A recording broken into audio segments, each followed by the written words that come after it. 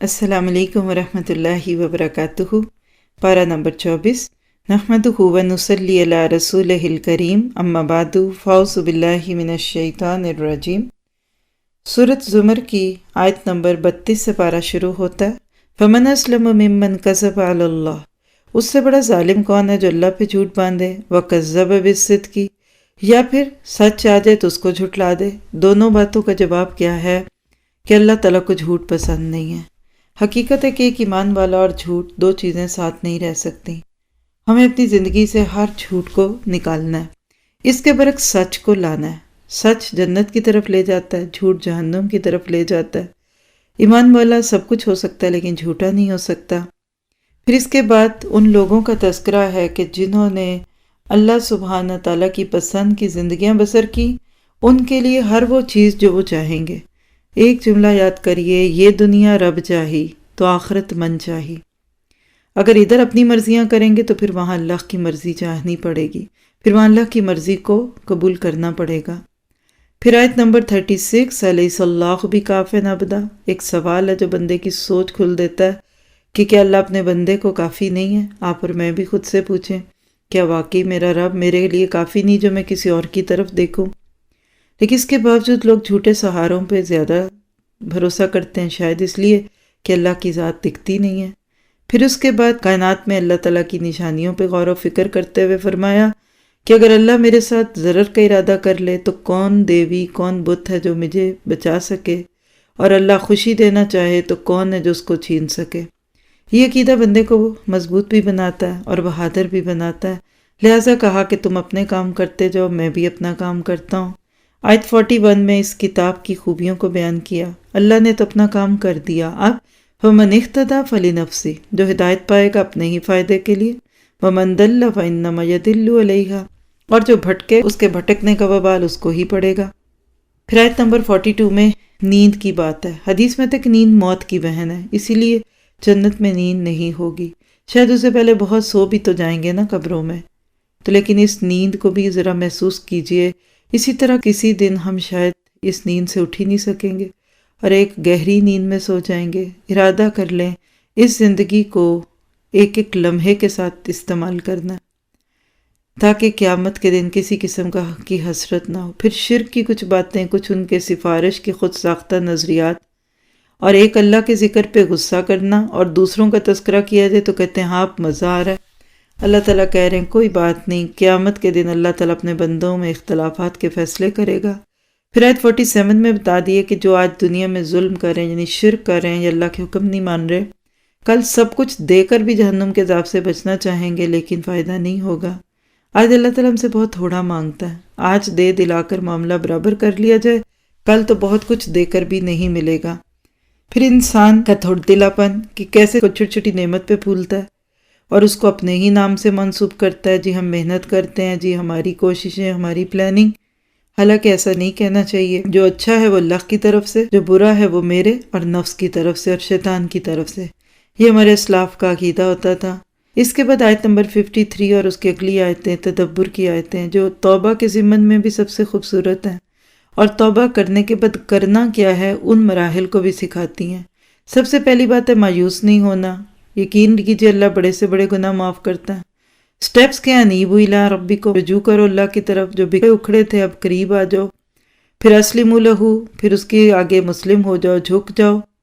پھر واتبعوا احسن ما انزل الیکم من ربکم، پھر جو اس نے آپ کی طرف بھیجا اس کو قبول کر لیں، بحثوں میں نہیں پڑے، عمل کی چیزوں کو لے لیں۔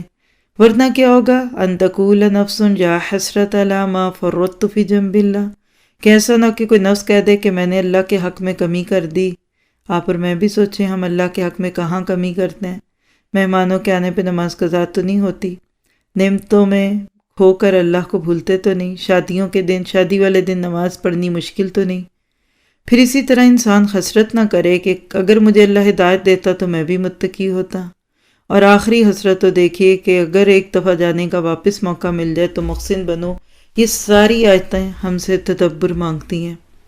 اللہ نہ کرے اس میں سے کسی ایک حسرت کا شکار کل ہم ہو جائیں۔ اور یہ آیات واقعی امید بھی دلاتی ہیں کہ زندگی میں توبہ کرنے سے اللہ تعالیٰ گناہوں کو معاف کرتا ہے۔ پھر سورت کے اینڈ تک بہت ہی خوبصورت طریقے سے اللہ نے اپنی قدرت کا تذکرہ فرمایا۔ آیت 67 میں فرمایا کہ زمین اس کی مٹھی میں ہوگی قیامت کے دن، اور آسمان اس کے بائیں ہاتھ میں لپٹے ہوں گے۔ اب اس کو بس محسوس کیجیے اور اللہ کی بڑائی کو سمجھتے ہوئے کہیے اللہ اکبر۔ قیامت آئے گی تو سب بے ہوش ہو جائیں گے، پھر اس کے بعد قیامت کے بعد کائنات اللہ کے نور سے چمکے گی، نبی آئیں گے، یعنی پوری عدالت سجے گی، اور ووفیت کل نفس ما عملت، ہر نفس کو اس کے اعمال کا بدلہ دیا جائے گا پورے کا پورا۔ اور کچھ سیک الذین کفروا الی جہنم زمرا، کافروں کو تو جہنم میں گروہ در گروہ ڈال دیا جائے گا، وہاں جا کے پوچھا جائے گا بتاؤ کوئی آیا نہیں تھا ڈرانے؟ کسی نے وارن نہیں کیا، کہیں گے آئے تو تھے لیکن ہم نے بات ہی نہیں مانی۔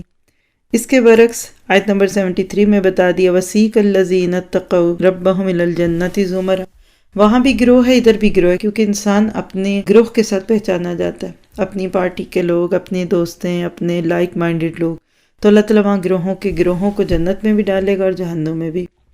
وہاں خوشخبریاں ہیں، سلام علیکم طبتم، ویلکم، السلام علیکم، تم داخل ہو جاؤ اس میں۔ اور وہاں جا کر کیا کریں گے عاجزی کے ساتھ؟ الحمدللہ الذی صدقنا وعدہ، ساری تعریفیں اس ذات کی جس نے ہمارے ساتھ اپنے وعدے پورے کیے۔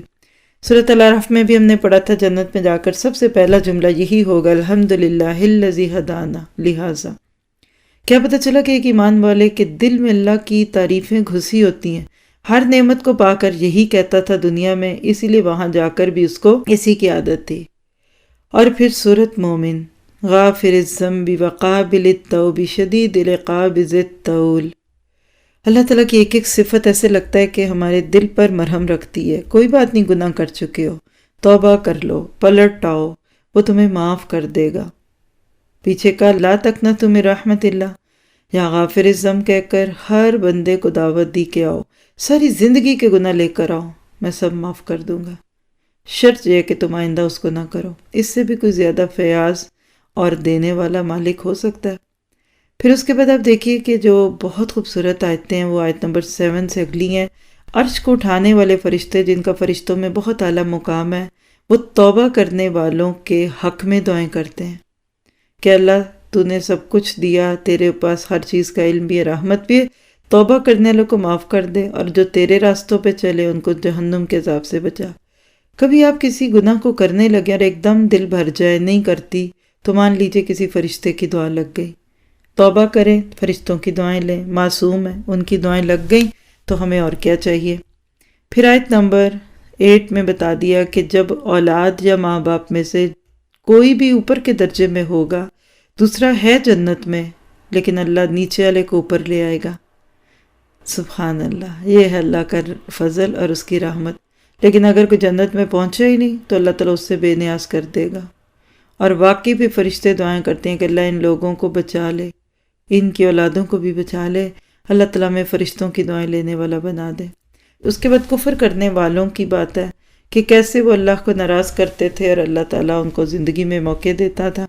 پھر اللہ کو مخلص ہو کے پکارنے کی بات آیت 14 میں ہے، اور اسی طرح سے رفیع الدرجات ذو العرش، اللہ بڑی شان والا ہے۔ آپ دیکھیں پورے قرآن سے اگر آپ آیتوں کو الگ کریں نا تو میرا اللہ 2/3 آف قرآن اللہ کی تعریفوں اور ثناؤں سے بھرا ہوا ہے، اور اس سے بھی زیادہ ہونا چاہیے۔ جو اللہ نے کیا وہ ٹھیک ہے، لیکن حقیقت ہے کہ اللہ تعالیٰ اس سے بھی زیادہ ڈیزرو کرتے ہیں۔ پھر آیت 16 سوچنے والی آیت ہے کہ لمن الملک اليوم، قیامت کے دن اللہ تعالیٰ آواز لگائیں گے۔ اور نبی صلی اللہ علیہ وسلم جب یہ حدیث بیان کر رہے تھے تو آپ اس طرح کانپ رہے تھے کہ آپ کا ممبر بھی گر جائے گا اور آپ بھی گر جائیں گے۔ دل پہ خشیت طاری ہوتی ہے نا، اللہ تعالیٰ یہ کلام کہیں گے تو اللہ سے بڑا ہے کون؟ قیامت کے دن ہر انسان کو اس کے اعمال کی پوری پوری جزا ملی جائے گی۔ اور پھر ڈرایا کہ قیامت کے دن سے ڈر جاؤ کہ جس دن خوف کے مارے کلیجے حلق میں آ جائیں گے اور کوئی مدد نہیں کرے گا۔ اتنی کثرت سے قرآن میں قیامت کا ذکر سننے کے بعد تو واقعی حقیقت میں دکھنے لگتی ہے۔ پھر حضرت موسیٰ اور فرعون کا قصہ ہے جس میں پھر عمل کی باتیں ہیں، خاص طور پہ اس میں مرد مومن کا کردار بہت ہی پیارا ہے، بلکہ اس پہ بھی ضرور غور کیجیے گا۔ آیت نمبر 28 سے آگے اخلاص کی بنیاد پہ لوگوں کو پکار رہا ہے اور یہی کہتا ہے کہ میں تم سے اور کچھ نہیں چاہتا، بس میری بات مان کر اللہ کی طرف آ جاؤ۔ لیکن لوگ ہمیشہ خیر خواہوں کی نہ قدری ہی کرتے آئے۔ کہا ٹھیک ہے جو مرضی کہہ لو، ہم تو تمہاری بات نہیں مانیں گے، کوئی بات نہیں، ایک دن یاد کرو گے جب میں نہیں رہوں گا۔ تو بات کہتے رہنا چاہیے، کوئی مانے نہ مانے۔ کتنے خوبصورت طریقے سے آیت 39 میں اس کا دنیا کی حقیقت کو بیان کرنا نقل ہے کہ دیکھو اس دنیا کے پیچھے ریچھتے ہو جو 4 دن کی ہے، اور آخرت جہاں ہمیشہ رہنا ہے اس کے بارے میں تم اتنے کیئر لیس ہو، اتنا تمہارا رویہ غیر سنجیدہ ہے، ایسا نہ کرو۔ اور پھر آخر میں کہہ دیا کہ لوگوں دیکھو میں تمہیں تو نجات کی طرف بلاتا ہوں اور تم آگ کی طرف بلاتے ہو۔ آج بھی آپ بڑے اخلاص سے کسی کو دین کی دعوت دیں اور کوئی نہ مانے تو ان آیتوں کو یاد کر لیں۔ ہر دور میں ایسے ہی ہوا، اگر آپ کی میری بات پہ کوئی نہیں آتا تو کوئی بڑی بات نہیں۔ اور آیت 44 پہ کم از کم 3 سیکنڈ غور کیجئے گا، فَسَتَذْكُرُونَ مَا أَقُولُ لَكُمْ۔ چلو ایک دن یاد تو کرو گے کہ کوئی تھا جو تمہیں بلاتا تھا، تھیں کوئی تمہیں جو دعوت دیتی تھیں، اب نہیں رہیں، رہ گئے تم جو میرے دشمن ہو گئے تو وَأَفَوِّضُ أَمْرِي إِلَى اللَّهِ۔ ایک ایمان والا اپنا اس سارے معاملے رب کے ہاتھ میں دے کر مطمئن ہو جاتا ہے، پھر اللہ بھی بچا لیتا ہے۔ پھر اس کے بعد آیت نمبر 46 میں فرعون کے عذاب قبر کی طرف اشارہ ہے۔ کچھ لوگ کہتے ہیں قرآن میں کدھر لکھا ہے عذاب قبر، تو اس آیت کا نمبر نوٹ کر لیں۔ ڈوب کے مرا تھا لیکن کہا کہ ادخلوا آل فرعون اشد العذاب، ہر حدیث میں کہ صبح و شام ان کو آگ کے سامنے پیش کیا جاتا ہے۔ پھر اس کے بعد قیامت کی کچھ باتوں میں بنی اسرائیل کا ذکر آتا ہے، اور اللہ تعالیٰ اپنے نبی کو کہتے ہیں کہ آپ بھی صبر کیجئے، لوگ آپ کو جتنا مرضی ستائیں لیکن آپ اللہ کے نام پر ان کو اللہ کے نام کی طرف بلاتے ہی رہیں۔ کائنات کی کچھ چیزوں پہ غور و فکر کروانے کے دوران اس بات کا حکم دے دیا کہ امرت ان اسلم لرب العالمین، آیت 66، کہ مجھے تو یہی حکم ہے کہ میں اس رب کا فرمانبردار بنوں۔ تو کوئی کچھ کرے نہ کرے، کوئی مانے نہ مانے، ہمیں تو یہی لوگوں کو کہنا ہے کہ پھر ہم تو اپنے کام پہ کام کریں گے، ہم تو اپنے کام سے کام رکھیں گے۔ پھر اس کے بعد اگلی آیت میں جہنم کے کچھ مرحلے، جہنم کی کچھ ہلکیاں، گلوں میں توق ہیں، زنجیریاں ہیں، اور کس طرح جکڑے ہوئے سنگلیوں میں لے جائے جا رہے ہیں گرم کھولتے ہوئے پانیوں کی طرف۔ اللہ تعالیٰ سب کو محفوظ رکھے۔ کتنی کٹھن حقیقت ہے جہنم، اور لوگ اس کی طرف بھگ ٹوٹ ہو کے جا رہے ہیں۔ اللہ شیطان کے چنگل سے بچائے جو خود بھی آگ میں جائے گا اور اپنے چیلوں چانٹوں کو بھی لے جائے گا۔ پھر اللہ تعالیٰ کی بنائی ہوئی کچھ نعمتوں پہ غور و فکر، جس میں جانور بھی ہیں اور ان کا انسانوں کے لیے مطیع و فرمانبردار ہونا بھی ہے، اور بتا دیا گیا کہ جب موت کی گھڑی آ جاتی ہے تو پھر توبہ کا فائدہ نہیں ہوتا۔ آیت 85 میں پتہ چلتی ہے یہ بات، جو آخری آیت ہے سورت کی۔ آج توبہ کریں گے تو کل بچ جائیں گے۔ پھر اس کے بعد سورہ حامیم سجدہ، جو بڑی خوبصورت صورت ہے، اس کو سورت فصلت بھی کہتے ہیں، استقامت فی الدین، اس کا ٹاپک آپ سمجھ لیجئے۔ اللہ تعالیٰ نے دین کھول کے پیش کیا، لیکن جن کو نہیں ماننا ہوتا وہ پورے دل سے انکار کرتے ہیں۔ آیت 5 اس کی دلیل ہے، ہمارے دل تو پردوں میں پڑے ہوئے ہیں، جو مرضی کہہ لو ہم تو تمہاری بات نہیں مانیں گے۔ اس طرح نبیوں کے ساتھ قوموں نے بحثیں کی۔ اللہ تعالیٰ اپنی کائنات، خاص طور پہ زمین و آسمان جو انسان سے اتنے بڑے ہیں، ان کی اطاعت کی بات کرتے ہیں۔ آیت نمبر 11 اور اس سے آگے، کتنے بڑے ہو کر بھی خوشی خوشی میرے حکم کے آگے جھکتے ہیں، تو انسان تم اتنے چھوٹے ہو کر بھی نہیں مانتے۔ پھر قوم عاد کے تکبر کی بات ہے، کیسے بڑے بننے کے لیے اونچے اونچے محل تعمیر کرتے تھے، لیکن اللہ نے ان کو نیست و نابود کر دیا۔ پھر آیت 17 اور اگلی آیتوں میں سمود کو اندھا قرار دیا گیا، کیونکہ وَهَدَيْنَاهُمْ، ہم نے تو ان کو ہدایت دی تھی، لیکن فَاسْتَحَبُّوا الْأَعْمَى عَلَى الْهُدَى، لیکن انہوں نے ہدایت کے بدلے میں اندھا رہنا قبول کیا۔ اور پھر جو قابل غور آیتیں، تدبر کی آیتیں اس پارے کی، آیت نمبر 19 سے اگلی آیتیں، اور جس دن اللہ کے دشمنوں کو آگ پر پیش کیا جائے گا اور وہ سب گروہ در گروہ ہوں گے، یہاں تک کہ جب ان کے پاس آئیں گے تو ان کے خلاف ان کے کان اور ان کی آنکھیں اور ان کی چمڑیاں گواہی دیں گی۔ وہ اپنی کھالوں سے کہیں گے آج تم نے کیوں گواہی دی ہمارے خلاف؟